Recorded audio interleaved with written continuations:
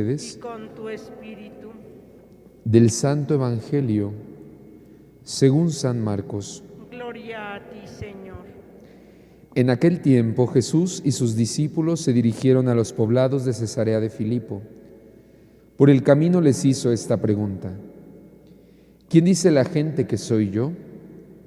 Ellos le contestaron: algunos dicen que eres Juan el Bautista, otros que Elías, y otros que alguno de los profetas.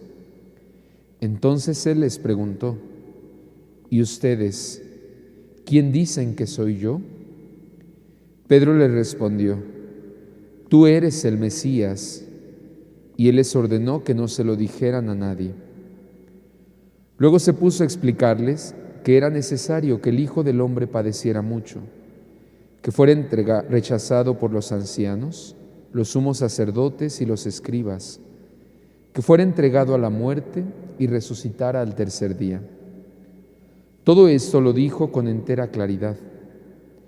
Entonces Pedro se lo llevó aparte y trataba de disuadirlo. Jesús se volvió y, mirando a sus discípulos, reprendió a Pedro con estas palabras: apártate de mí, Satanás, porque tú no juzgas según Dios, sino según los hombres. Palabra del Señor. Gloria a ti, Señor Jesús.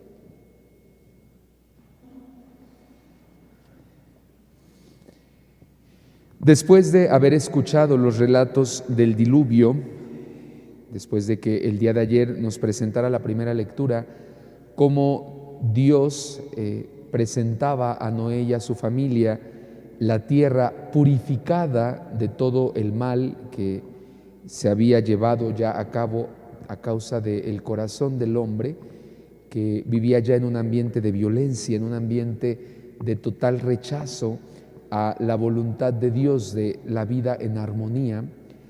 Hoy en la primera lectura vamos a escuchar cómo Dios nuestro Señor, que cuando presenta esta creación purificada, va a entregar también a Noé y a su familia las mismas bendiciones de las que entregó Adán y Eva, porque entonces nos habla de una continuación de la voluntad creadora de Dios.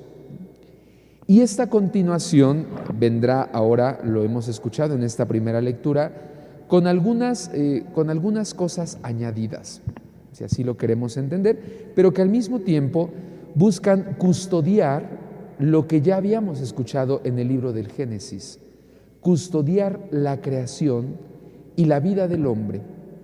El día de ayer, ciertamente, la primera lectura terminaba hablando de esta libertad, pero también de esta inclinación, muchas veces, en el corazón del hombre por el mal. Sin embargo, Dios confía y Dios sabe que podemos obrar y optar siempre por el bien. Y hoy escuchamos cómo estas bendiciones que da a Noé y a sus hijos son, en primer lugar, la fecundidad, el dominio sobre la tierra, pero ahora les va a proponer a los animales como su alimento.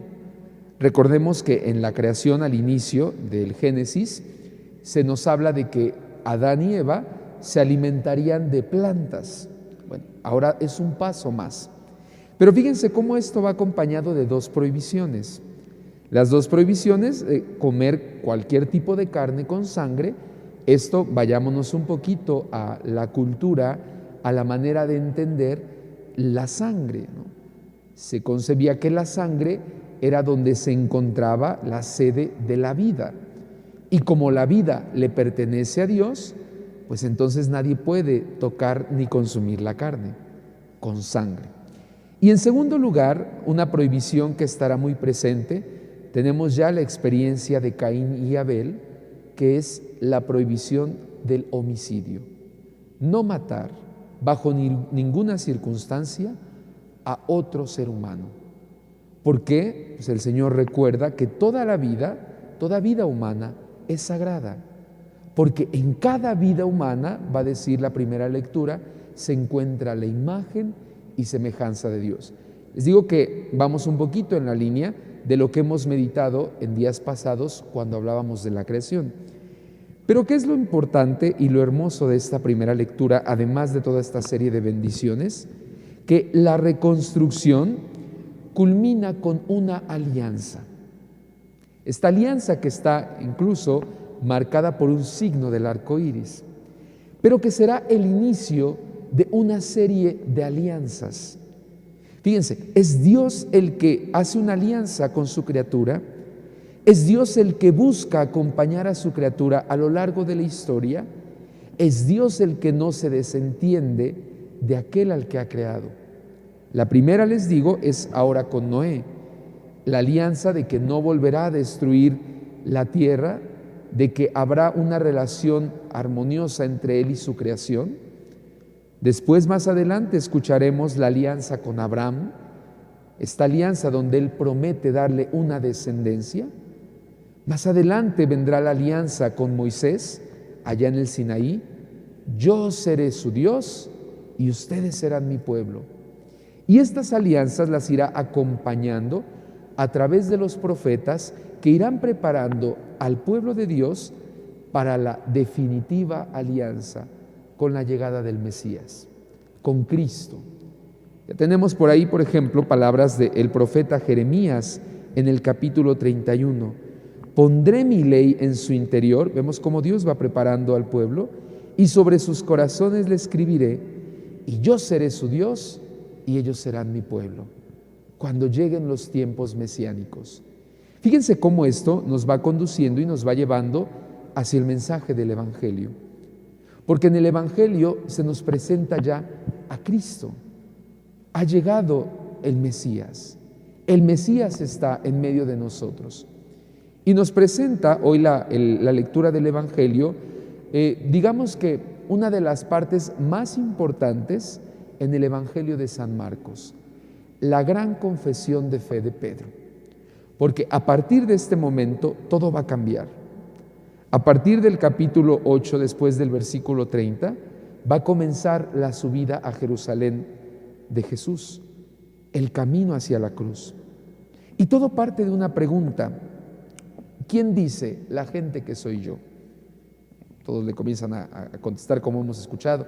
Unos dicen que Elías, otros que alguno de los profetas, otro que Juan el Bautista. Jesús no se detiene en lo que los demás digan. Y aquí hay una enseñanza muy grande. ¿Cuántas veces estamos tan preocupados por lo que más dicen, lo que los demás dicen de nosotros? Jesús dice no. A mí me preocupa lo que ustedes, los que han compartido conmigo, los que me han acompañado, sus discípulos, los que han sido testigos de milagros, de palabras, de prodigios, ¿quién dicen que soy yo?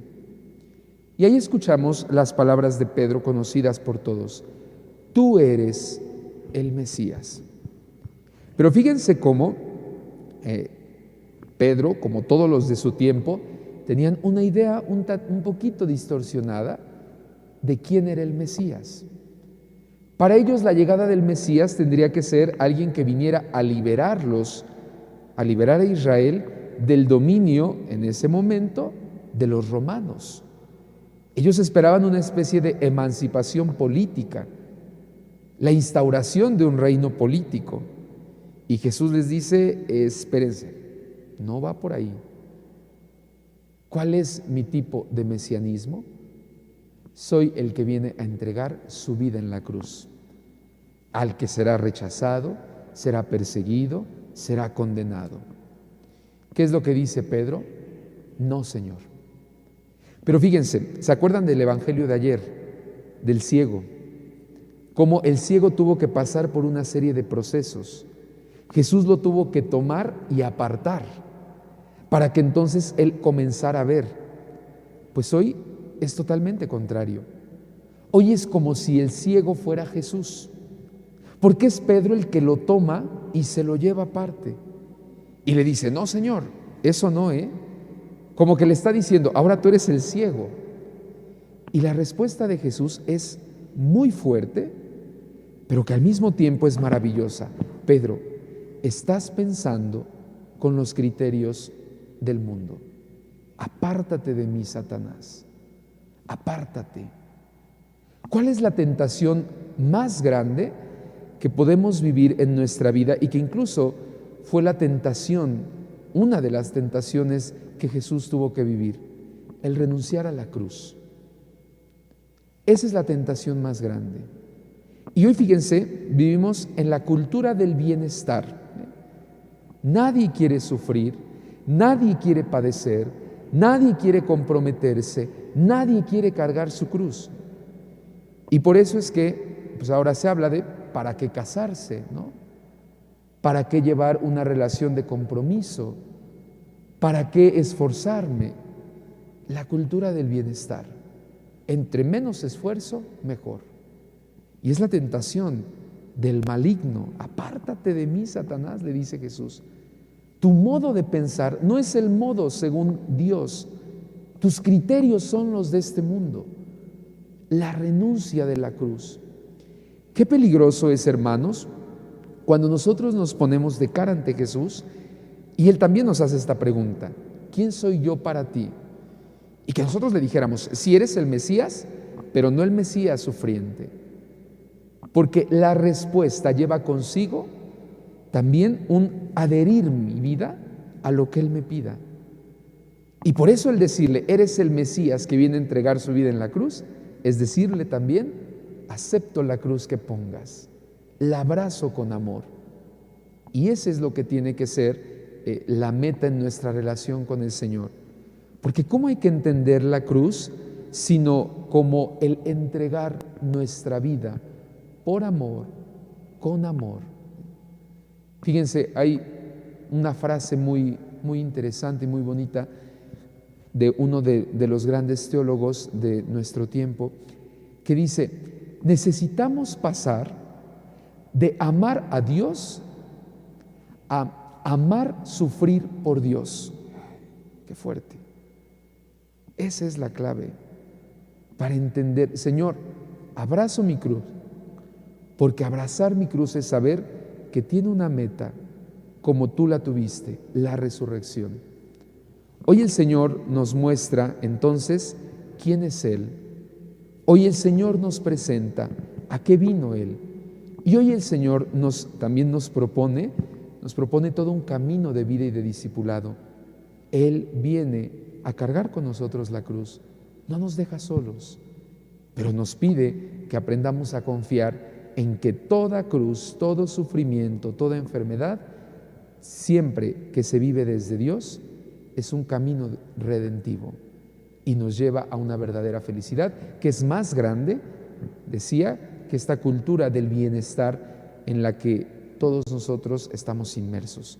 Pues pidámosle al Señor que por intercesión de nuestra Madre Santísima nos ayude a continuar acompañándolo en este camino hacia la cruz y que al mismo tiempo, si tal vez en esta mañana cada uno de nosotros en nuestra oración podemos decirle: Señor, es muy pesado lo que me pides, es muy difícil, ya no puedo, ya no aguanto, que aprendamos también y que sintamos ese consuelo que nos viene de Él para que permanezcamos firmes en la fe, sabiendo que nuestra vida está en sus manos. Que así el Señor nos lo conceda, así sea.